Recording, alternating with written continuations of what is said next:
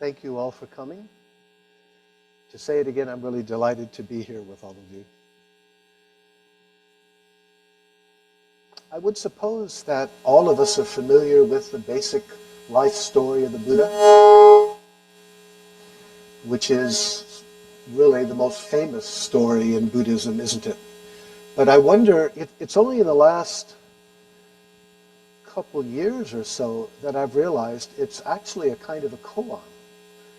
There's a kind of sting in the tail, which I'll come to, right?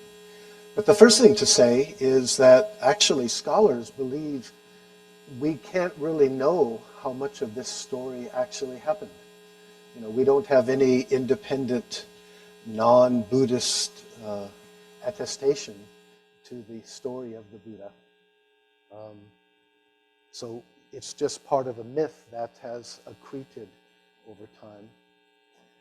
For example, the basic idea of why the Buddha left home.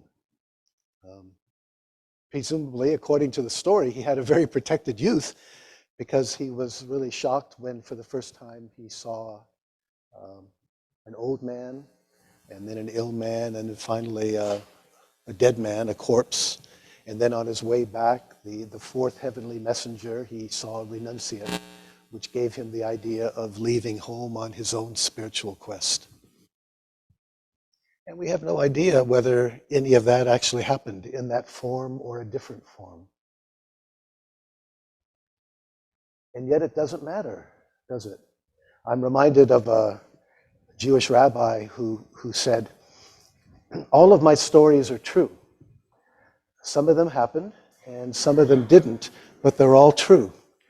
And I think this is a classic example of a story that's true, whether or not it happened, right? Because it really brings out the existential side of it. Anyway, just to recount what you already know, he went off into the forest, studied, practiced with a couple teachers, then did his ascetic practices, meditated under the Bodhi tree, his great awakening, and then he taught for 45 years after that. And what happened? Well, he got old, he got sick, and he died. So how did he solve the problem? Right? Remembering the problem that impelled him to leave home in the first place. A classic kind of Theravada answer would be that after he died, his last parinirvana, that he wasn't going to be reborn. So that's the sense in which he solved the problem, right? If you're not born, then you don't have to worry about getting old, getting ill, and death again. But I wonder if that really misses the point here. I'm reminded of something Joseph Campbell said, which is very much something I'm thinking about lately. He said a lot of the problem in religion happens because people take metaphors literally. So for example, in the Pali Canon, there's a very famous passage in the Udana which says, there is an unborn, there is an uncompound, and etc. And it's because there is an unborn that there's an escape or a solution to the born. And the way that's usually understood is, again, after the Buddha died, he wouldn't be born again. Which emphasizes not the nirvana that he experienced under the Bodhi tree, but in fact his parinirvana at the end of his life. But I wonder if a better way to understand it is that when the Buddha had his great awakening, what he realized is that he realized the perspective from which he had never been born. Right? Remember the essential teaching about anatta, not self. So this question, did he maybe realize the sense in which he hadn't been born and therefore couldn't possibly die? Is that a better way to understand what's going on here? That his experience was this other dimension. I remember back in my 40s, quite a while ago now, I became fascinated by death, and I read everything I could on the topic. not only in Buddhism, but other religious traditions and psychology. And the thing that struck me most deeply of all was Ernest Becker's denial of death. I don't know if many people are familiar with that. And the main point that Becker made was that one of the main factors that really sort of affects us, our ability to live fully, is our inability to accept our mortality. He said basically, acknowledging our own death is so frightening, so horrifying, that we have to repress it. And unfortunately, repressing death, in effect, represses our ability to live fully. But nonetheless, in a classic kind of Freudian way, return of the repressed, it tends to pop up anyway. And it comes as these preoccupations, these concerns to what he said, sort of immortalize ourselves symbolically, that we become preoccupied with that. And I was very moved by this, but I also realized that from a Buddhist perspective, it was a little bit different because of the Buddhist emphasis on anatta, not self. That for Buddhism, we could say the fundamental problem really, despite that early story, the fundamental problem isn't something that's going to happen to us later. But the more essential problem is that there is no independent, separate sense of self right now. It's not something, exactly, it's not something that's going to happen in the future, but in fact, it's a reality right here and now. In other words, that points, for me, to what I think is the single most important teaching of the Buddha. Which is kind of an odd thing to say because, as we know, the Buddhist teachings are interdependent, right?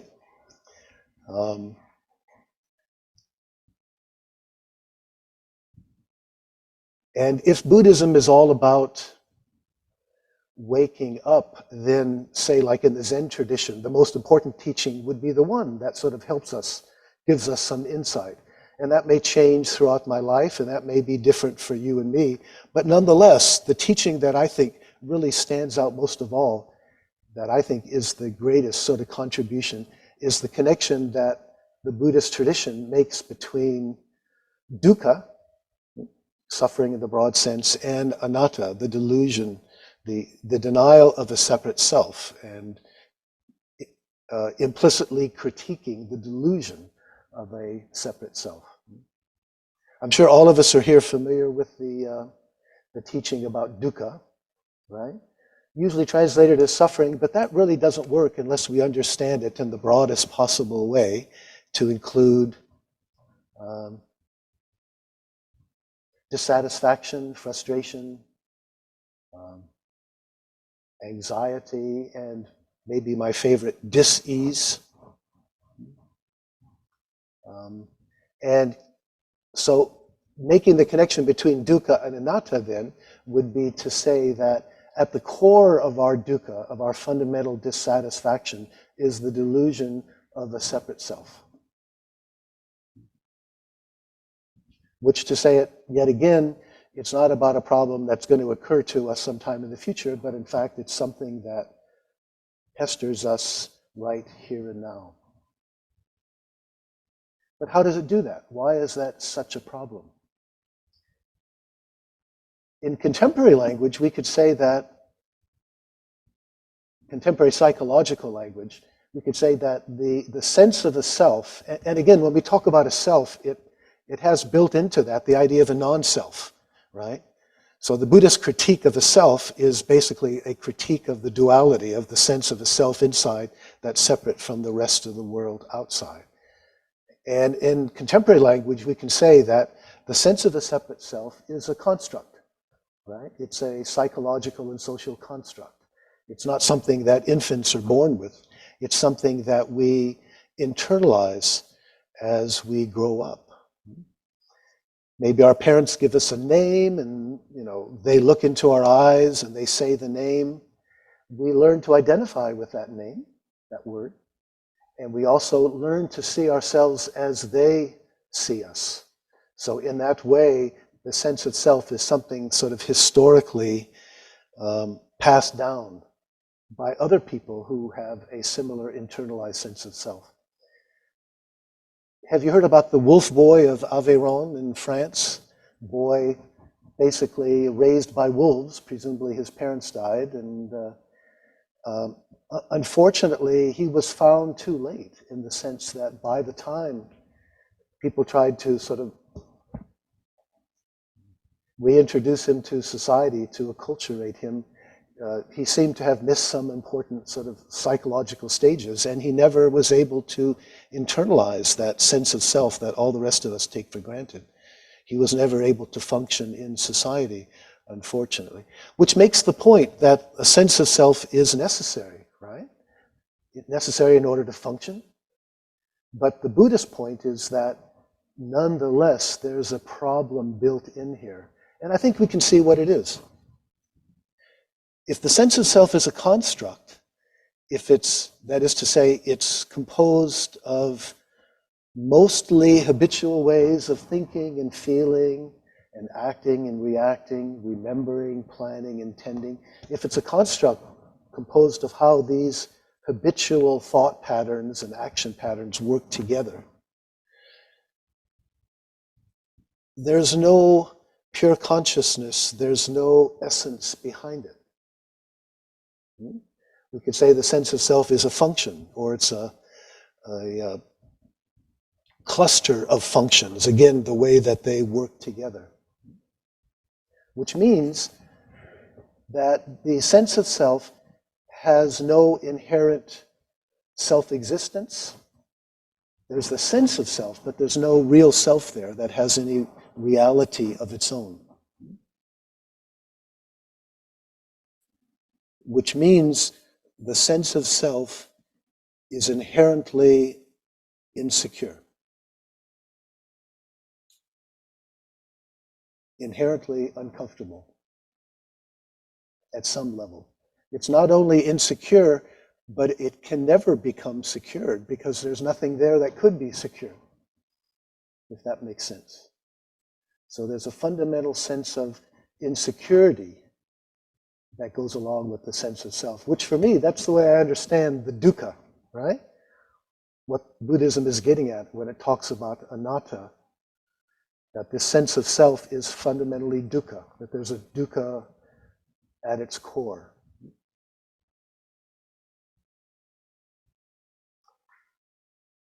And how do we experience that? I think we do experience it. I think we normally experience it as a sense of lack. By lack, I mean the sense that, the feeling that something is wrong with me. Something isn't quite right. Something is missing. I'm not good enough.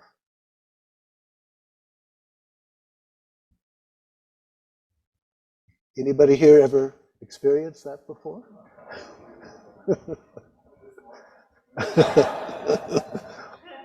All the time I've been asking that question, I came, how many dozens or hundreds of times I did come across one or two people who didn't feel it. But after we talked about it for a while, they seemed to understand what I was getting at. Right? So this sense of discomfort, sense of lack, that I think is sort of very pervasive. And you could, in a way, if you think about the story of Adam and Eve, right? And then there's another myth that literally, it's very important that we don't take it literally, right? But what's going on there? Can we understand that as a myth about the development of self-consciousness? Is it that they were expelled from the garden, or is it rather that by becoming self-conscious and gaining this sort of sense of lack, they expelled themselves from the garden? That is to say, they developed this sense of duality, this sense of separation. One of the interesting things that points to is how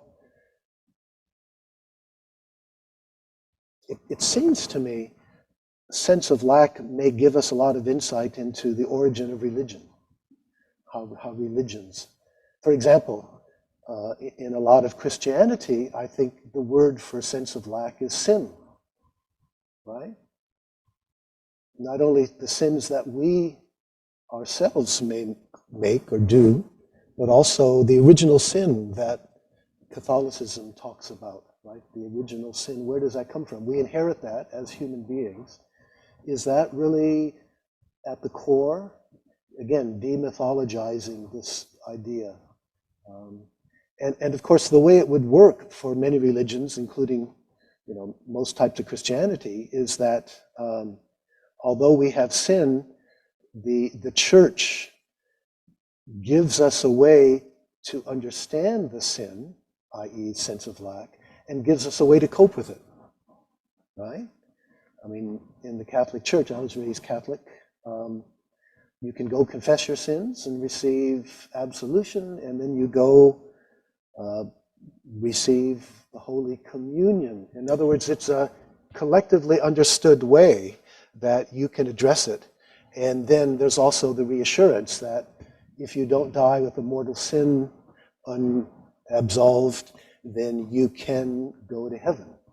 So one way to understand, and I don't know that this is a complete explanation, but I think it is certainly a very, very important factor, is the way that churches, the way religions evolve, it's a collective way to try to understand what it is that's bothering us and a collective way to resolve it.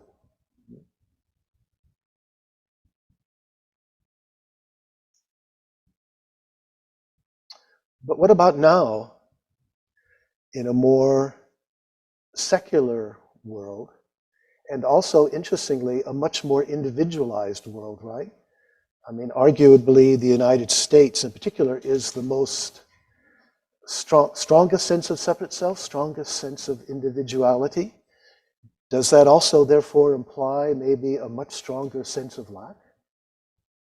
If the sense of lack, we can say, is the shadow that haunts the sense of self. So what do you do with this sense of lack if you don't have a religious explanation for it? How do you resolve it? And if you're an individual, then you have to find individual ways to address it. And I think once we start looking at it from that perspective, I think a number of things become pretty evident, right? If our society, the society that we live in, if that tends to condition us in the sense of teaching us what it is that's wrong with this, what it is that we lack. Well, what does contemporary American society, how does it condition us?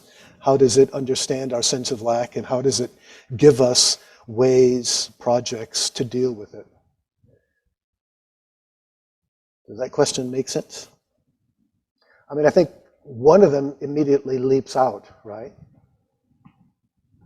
What about money, right? Isn't that one of the things that we tend to learn pretty early, that we don't have enough money? And in a way, it doesn't matter how much you have. Unless you're a billionaire, it's not enough, right? And even billionaires, you see them competing with each other to see who has the most billions, right? Sense of lack still plays it out.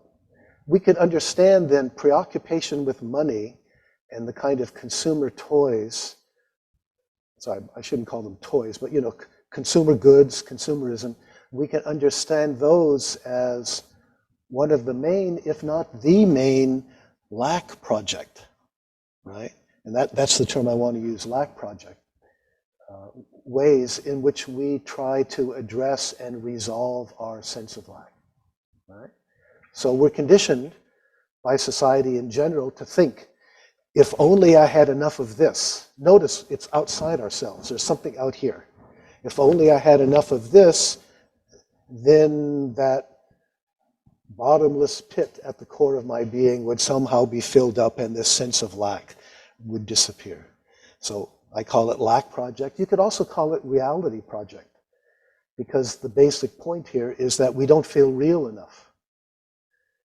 at some level. And if only we were wealthy enough, then we would be more real. Our sense of lack would be filled up. Anyway, I think we're all kind of familiar with this. I mean, presumably we all grew up here in North America.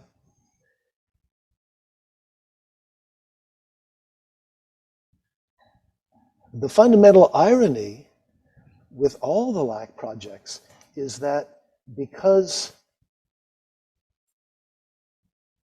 they presuppose, they involve a misunderstanding of the fundamental problem, because they think it's something out here that will fill up our sense of lack, none of them can work. They all fail, because if the problem isn't that you don't have enough money, if the problem is more foundational, then it doesn't matter how much money you get, it can never be enough. Or maybe it would be enough to the point where you would realize that's the wrong lack project and then you shift to another one. But that in and of itself is never going to fill up your sense of lack, right? Actually, money, when you start to think about it, it's almost inevitable that money would become a predominant lack project, just given the nature of how money works, right? And just conveniently, okay? So, what is it? You know, to think about money a little bit, this is a piece of paper, right? In and of itself, it's absolutely worthless. I can't eat it. Probably wouldn't even burn if I'm cold, I don't know.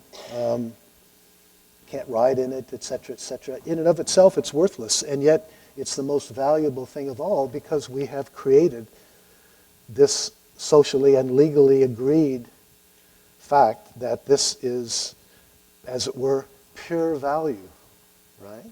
Abstracted pure value in the sense that we can use it to buy anything. And, you know, we all know about this. It's the perfect means. And the problem, of course, is when it becomes an end in itself.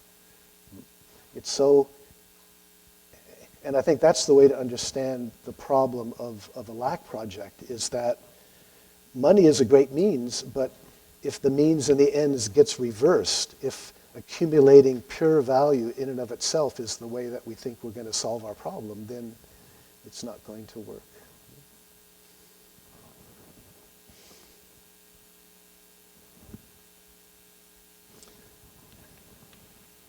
And we have a wonderful myth that speaks to this. A story that we all tend to take for granted, but in fact I think it's extraordinarily profound. And in fact, probably, I'd say definitely more true now than it was for the ancient Greeks who taught us the myth. Do you know the one I'm talking about here? Midas and his golden touch. For him, of course, it's gold, but in effect that's the same thing, right? Just to prompt your memory, right? Midas was a king, incredibly wealthy, but it wasn't enough for him. He always wanted more, and he was able to perform some kind of boon or, you know, some favor to the god Dionysus, who offered him, what would you like in return? And the god said, and Midas says, I want everything that I touch to turn into gold. And he had great fun until dinner time, right? Or until his little daughter ran across the room to give him a hug. Ching. He tries to eat some food. Ching. Drink some wine. Ching.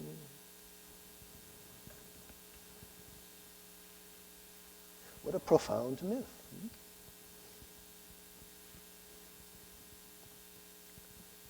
Kind of the perfect example of how it is that the means ends inversion, how awful that is. Money for us serves many essential functions, right? I mean, we can't imagine contemporary society without it. We're obviously not going to get very far bartering. Also, as a storehouse of value. And in modern capitalism, it's a way of investing money to make more money. But what I'm trying to point to here is this fourth function, that for so many of us, and this is not to deny that there's lots of people who don't have enough money, but nonetheless, for so many of us, for so many people in our culture, money, we become so preoccupied with it because it becomes our primary life project or reality project. Does that make sense? And of course, you can talk about money. You can also talk about the things we buy with money, consumerism, right? I'm going to pick on the ladies first. I always had a hard time wondering what was the attraction about these incredibly expensive handbags, right? I don't even know, but I know they're thousands of dollars, right? It's like, what is the point? Can it really be worth that? I mean, how much can you carry in the handbag? And then I realized, David, you got it all wrong. The point is not the handbag, but what having that incredibly expensive handbag says about me, right? It's part of my lack project, my reality project. I'm the kind of person who owns a handbag like this, right? And you've got to make sure that you have the label or the logo on the outside, right, so everyone can see it. Mm-hmm. What is that saying? Why? What's the attraction of that? And for me, it's hard to understand except this fundamental need to declare to the world that I'm special because I'm the kind of person who can afford a special handbag.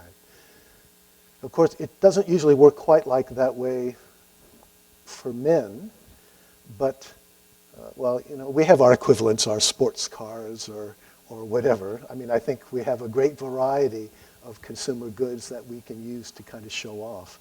So it's not just money, but then it's the forms that money takes that enable us to play this consumer game where we are in competition with others. A lot of it comes down to I'm somehow more real, better than the neighbor. Sad thing about consumerism, I think most of us here are old enough to know that at a certain point, consumer doesn't work very well, does it? It's like, ultimately, it's kind of boring in a way. And it's just like the problem with certain drugs. You seem to have to take more and more in order to get the same kind of fix, right? So anyway, just to summarize, what I'm suggesting is how this fundamental idea of the sense of separate self being shadowed or haunted by this sense of lack, this sense of inadequacy, how this can help us perhaps understand the role, the incredibly powerful role of making money and accumulating vast amounts of money in our society. And to say it again, that's not to deny that there's a lot of people who don't have enough money, but there's also an awful lot of people who do have enough, but they don't realize it because they're trapped in this kind of game. Does this make sense? Is this working? But there's there's several other lack projects, and actually we could go on for a very long time, but there's a couple in particular that I want to highlight after a sip of tea here.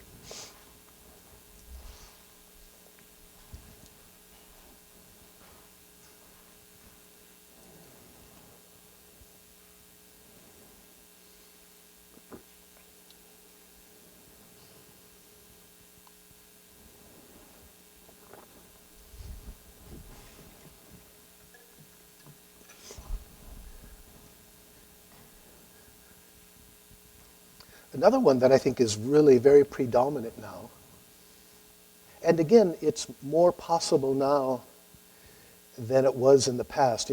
It's like if you go back 1,000 years, there's not a lot of money if you're a peasant for most people, right? And I think it's the same thing with fame. 1,000 years ago, the opportunity to become famous was quite limited unless you were the king or the pope or a saint like St. Francis, right? So that's not a viable lack project for most people who had their religion anyway. But I think in the contemporary world, this is another project, especially with the kind of media that we have now, the possibility of becoming famous.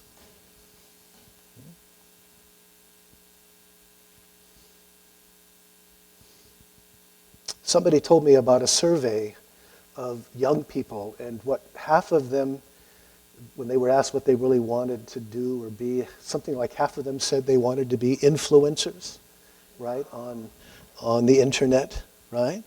You know, what's going on there?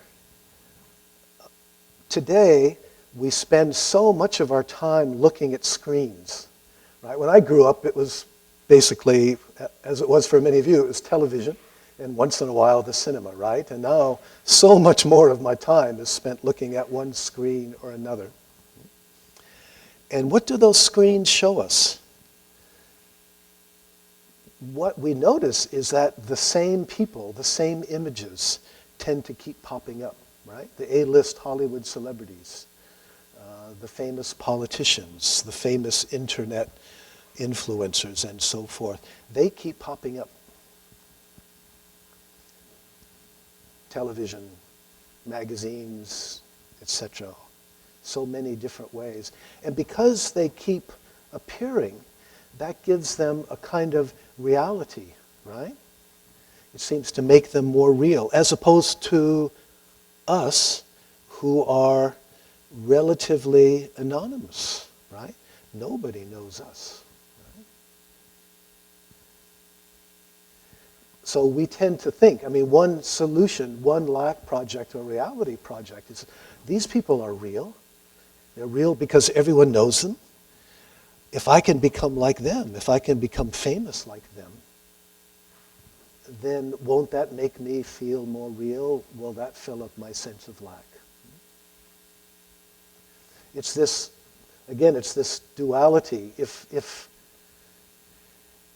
the money issue is wealth versus poverty or lack of money, then this one is fame versus anonymity. I think it was Freud who said, to be famous is to be loved by many anonymous people. Given the way contemporary fame works, I'm not sure it's always love.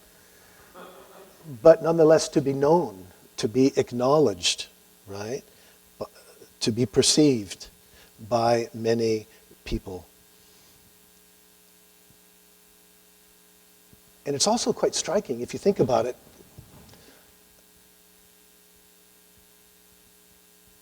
how this sometimes destroys people too, doesn't it? I mean, we think about teenage, like really young people, teenage pop stars who become famous too quickly, too early, and they don't know how to deal with it, right? Maybe they weren't sure what they expected, but they expected somehow they would feel different. Maybe they were at some level thinking it would make them feel, right, I'm famous, I've made it, I'm okay. Well, no.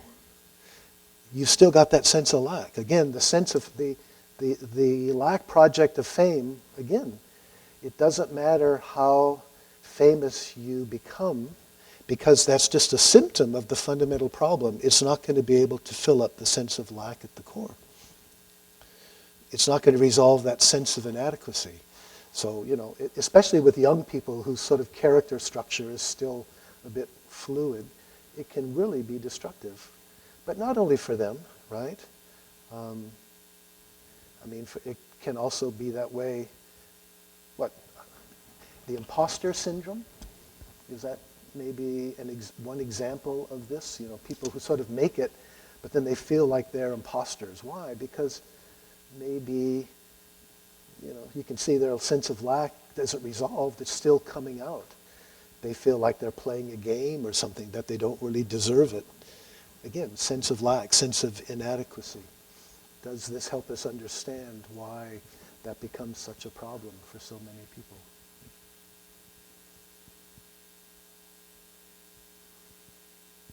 Notice too that none of this implies that money or fame in and of themselves are bad, right? Is it the Gospels? Is it where Jesus says, not money, but the love of money is the root of all evil? Or is that Old Testament maybe? For example, I was very fortunate in my Zen career to have two main teachers, both of whom were pretty well-to-do. Bob Aiken, his wife, was an heiress, not a big one, but he had enough money, they didn't have to work. And likewise, Yamada Roshi in Japan, he was a very successful businessman. So money wasn't an issue for them. And I was a poor hippie in Hawaii and didn't have any money, so it's just as well. But that didn't matter. They created this wonderful center and where I was able to practice in Hawaii and then later in Japan. And in retrospect, I realized, I never actually gave them any money. But that's not what they were interested in. They wanted somebody who was really sincerely devoted to practice. That was the important thing. In other words, they had money, but guess what? It wasn't because of their Zen practice, for example, they knew how to use it rather than be used by it, which was wonderful. And the same thing with fame. If I think about somebody like the Dalai Lama, maybe the most famous of all the Buddhist teachers, when I listened to him, recently he can say stupid things maybe, but nonetheless, he's not somebody who seems to be destroyed by his fame, right? On the contrary, he's somebody like Thich Nhat Hanh, another example, who was able to use their fame to preach the Dharma in a wonderful way, bringing it, both of them, to the greatest teachers, maybe the greatest teachers of our time, who were able to use their position to bring the Dharma and to help so many people. So to say it again, money and fame in and of themselves are not bad if one knows how to use it. And fortunately, both of them, being so thoroughly grounded in practice, weren't going to get caught up in money or fame as lack projects, right?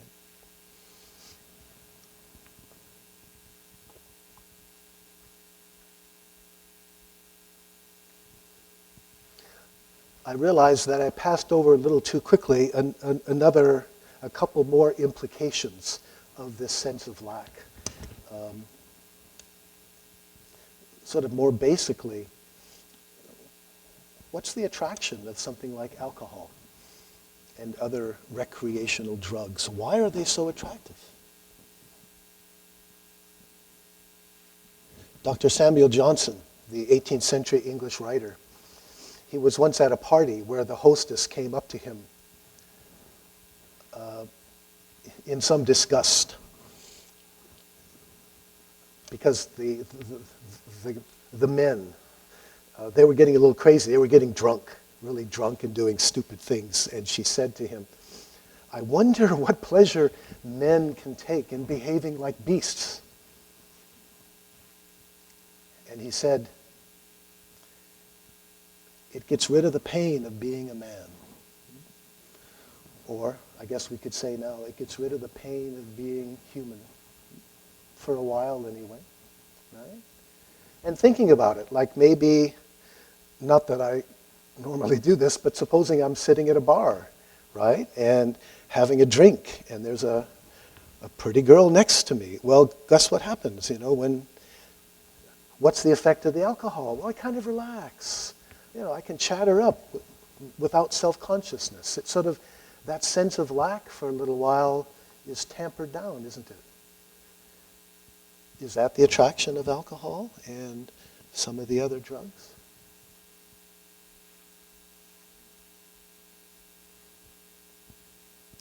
And another example that, unfortunately, it's largely gendered, but not completely now. Our bodies, especially women's bodies, right? I'm sorry to tell all of you ladies here that your body is never good enough. I'm sorry, right? If you pay any attention to the media, right? If this is your lack project, and it is for some women, right? It's a problem, right? I remember I once read an interview with a supermodel. I think Cindy Crawford, does that ring a bell?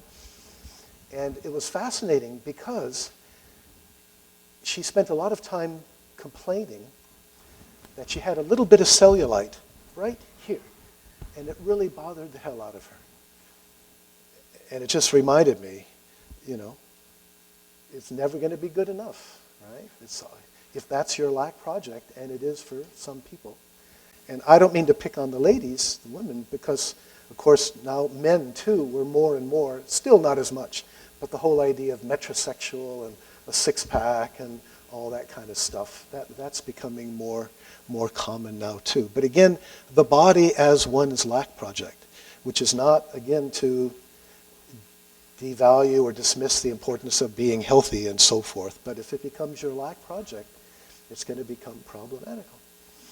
Your body, like your bank account and your fame, is never going to be good enough. And by the way, I hope all of you will buy and read all of my books. And, thank you.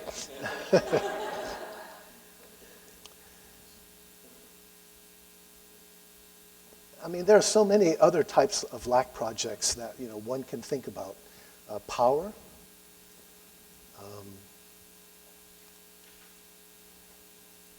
It's interesting. If you read biographies of people like Hitler and Stalin, Mao Zedong, if power is your thing, guess what? You're never going to be powerful enough. There's going to be a kind of paranoia. The other side of the power will be the paranoia of other people who are coming for you or other people who want to get you, right? But another lack project that I want to highlight, because I think it's also really important for probably more of us than the power thing, is romance. Love, in that sense. And I don't mean to denigrate love, but there's a certain type of romantic love that I think fits into this quite well. I'm not so sure that socially it's as widespread as it was I think there's a pretty big difference between my mother's generation and, say, my son, who was born quite late, right? But by romance, I mean the idea that, somewhere out there, there's this person for you. And if you can just find that person, just get together with that person, then guess what? Everything is going to be okay. You will have solved the problem of your life, and they lived happily ever after, right? Whereas I think most of us here are old enough, I can see some wry smiles. We know that it doesn't work quite like that, right? In fact, maybe your problems are just beginning. That laugh is very revealing. Yeah?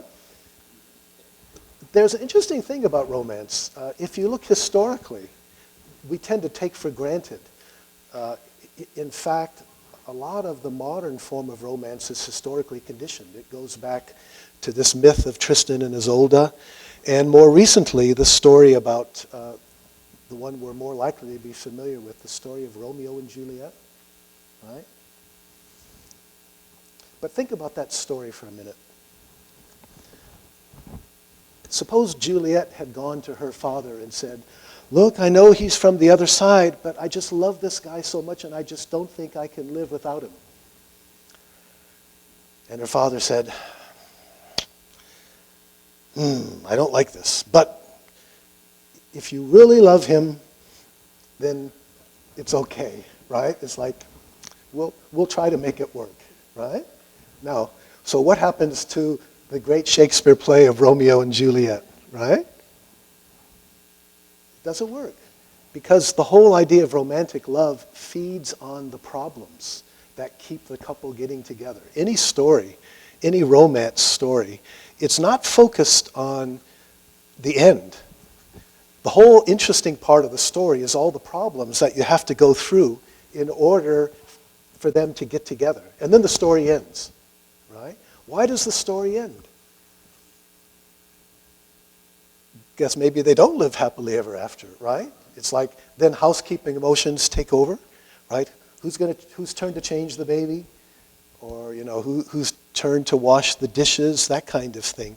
The whole fantasy that finding that perfect other person is going to solve the problem of your life. It only works insofar as you're not with that perfect person yet, right? Once you're together, the fantasy doesn't work. Does that make sense? In other words, we have a lack project here that is just like the other lack projects. It actually can't work. In fact, insofar as you're really caught up in this kind of myth, it's more likely that it won't work because you're going to have unreasonable expectations about the other person, expectations that are going to ruin the relationship, right?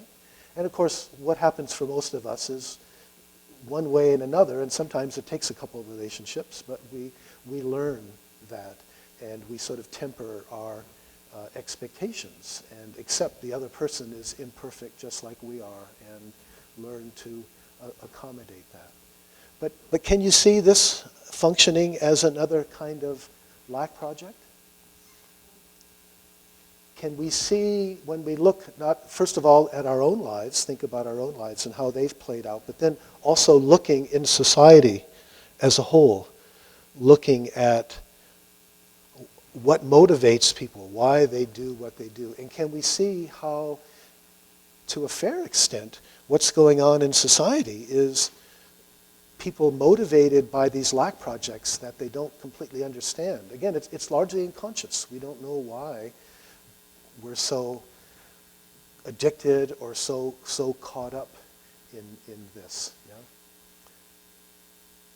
I guess what I love about this is that it relates what to me seems to be like the most profound of Buddhist teachings very much to our lives here and now, and not only to our individual lives, but to understanding how society functions and how things often go wrong. Right?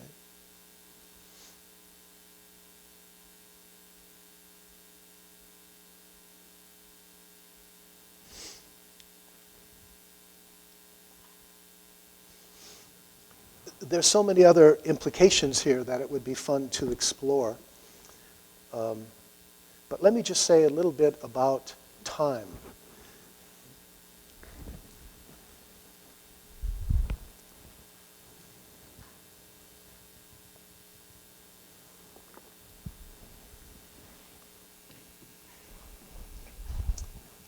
Because our lack projects lock us into a certain way of relating to time, linear time.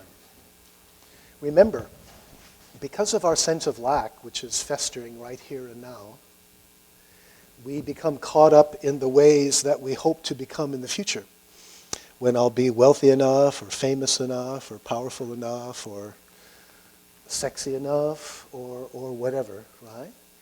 But what this involves then is a certain way of preoccupation with the future in a way that devalues right here and now, right?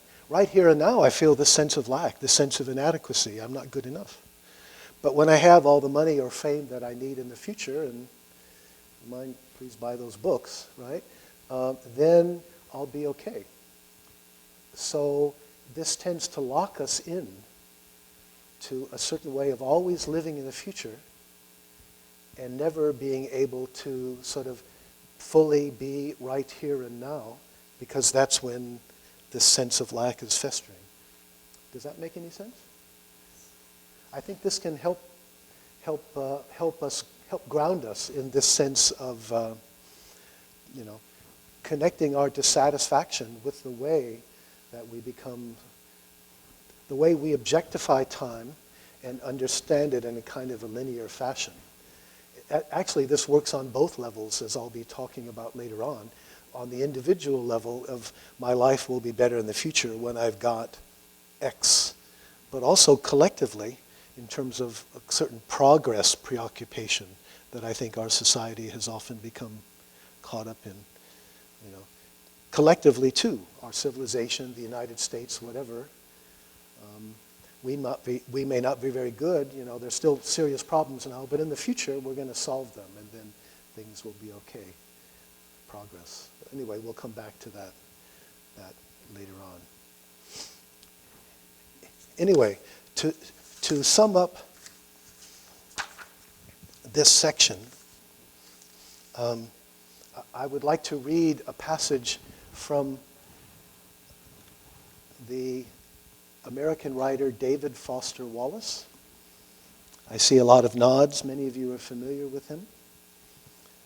In addition to his novels and such, he presented a commencement address at Kenyon College, which, by the way, was recorded, the audio. You can actually listen to it, 2 parts on YouTube.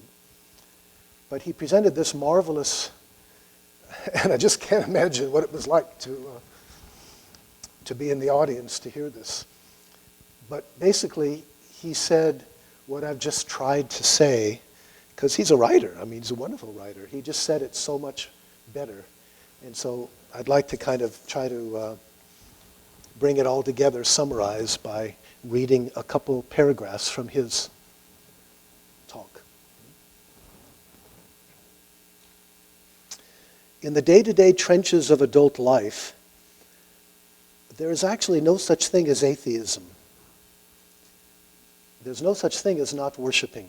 Everybody worships. The only choice we get is what to worship. And an outstanding reason for choosing some sort of God or spiritual type thing to worship, be it Jesus Christ or Allah, Yahweh, or the Wiccan Mother Goddess, or some other intangible set of ethical principles, is that pretty much anything else you worship will eat you alive. If you worship money and things, if they are where you tap real meaning in life, then you will never have enough. Never feel you have enough, it's the truth. Worship your own body and beauty and sexual allure, and you will always feel ugly. And when time and age start showing, you will die a million deaths before they finally bury you.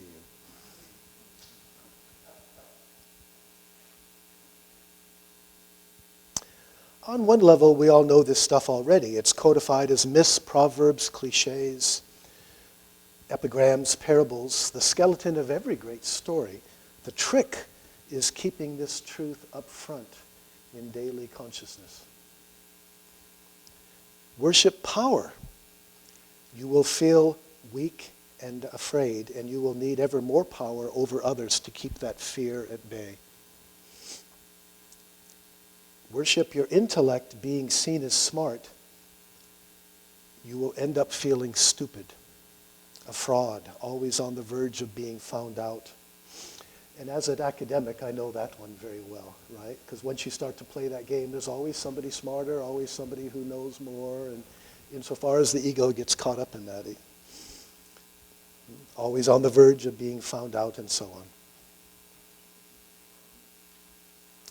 Look, the insidious thing about these forms of worship is not that they're evil or sinful. It's that they are unconscious. They are default settings. They're the kind of worship you just gradually slip into, day after day, getting more and more selective about what you see and how you measure value, without ever being fully aware that that's what you're doing. And the world will not discourage you from operating on your default settings, because the world of men and money and power hums along quite nicely on the fuel of fear and contempt and frustration and craving and the worship of self. Our own present culture has harnessed these forces in ways that have yielded extraordinary wealth and comfort and personal freedom, for some at least. The freedom to be lords of our own tiny skull-sized kingdoms, alone at the center of all creation. Now, this kind of freedom has much to recommend it. But of course, there are all different types of freedom. And the kind that is most precious, you will not hear much talked about in the great outside world of winning and achieving and displaying. The really important kind of freedom involves attention and awareness and discipline and effort, and being able to truly care about other people and to sacrifice for them over and over in myriad petty little unsexy ways every day. That is real freedom. The alternative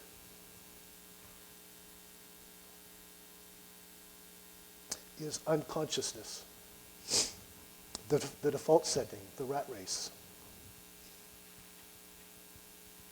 The constant gnawing sense of having had and lost some infinite thing.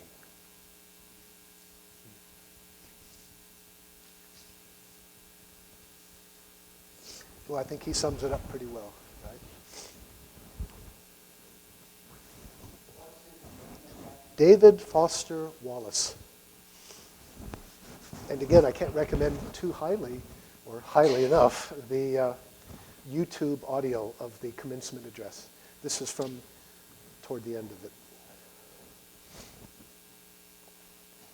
So I hope I've made the point about the sense of self being haunted by this sense of lack, this sense of inadequacy, which is my understanding about the Buddhist emphasis, the connection between dukkha, suffering in the broadest sense, and the Buddhist critique of not self. Yes, in the back? Uh-huh.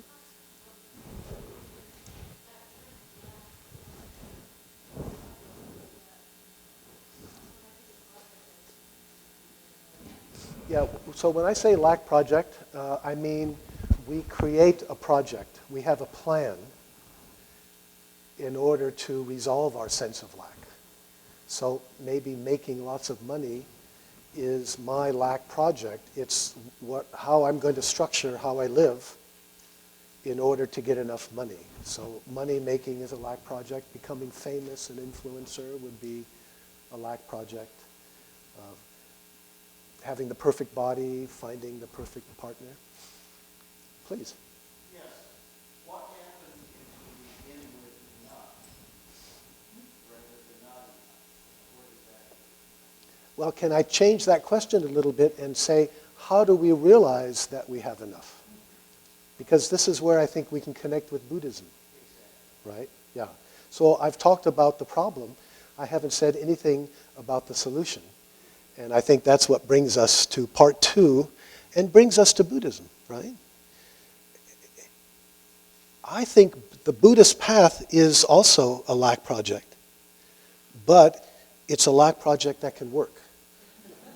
Not necessarily, because for some people, say, the desire for enlightenment, it can get you caught up in the same kind of linear time and fantasy about who I'm going to become. You know, I remember when I started Zen practice, a long time ago now, right? Man, it was going to be cool to be enlightened, right? Whoa, I was going to become somebody special, right? Impress the girls and all that kind, it's, so, there's that element for sure. And to be honest, I think many of us, maybe most of us, at the beginning, that's the way it starts. But the point is, as we practice, built into the practice, it tends to sort of deconstruct itself, right? Think about it. I think I'll go ahead and just sort of give this, and then we'll open things up for discussion. Is that okay? Yeah.